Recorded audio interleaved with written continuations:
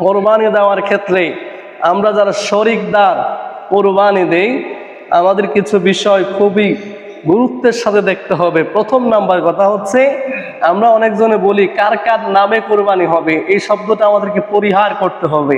কারণ কোরবানি হয় শুধুমাত্র আল্লাহর নামে। কার নামে? জোরে বলেন, কার নামে?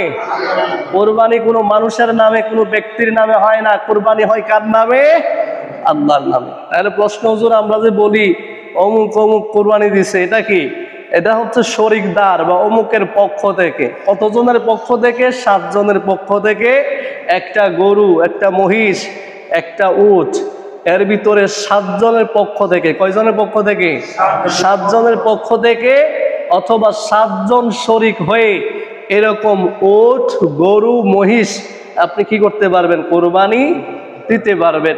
দ্বিতীয় কথা হচ্ছে ছাগল, দুম্বা, ভেড়া, সেই ক্ষেত্রে একজনের পক্ষ থেকে একটা ছাগল, একটা ভেড়া, একটা দুম্বা, এটা আমাদের সবার জানা।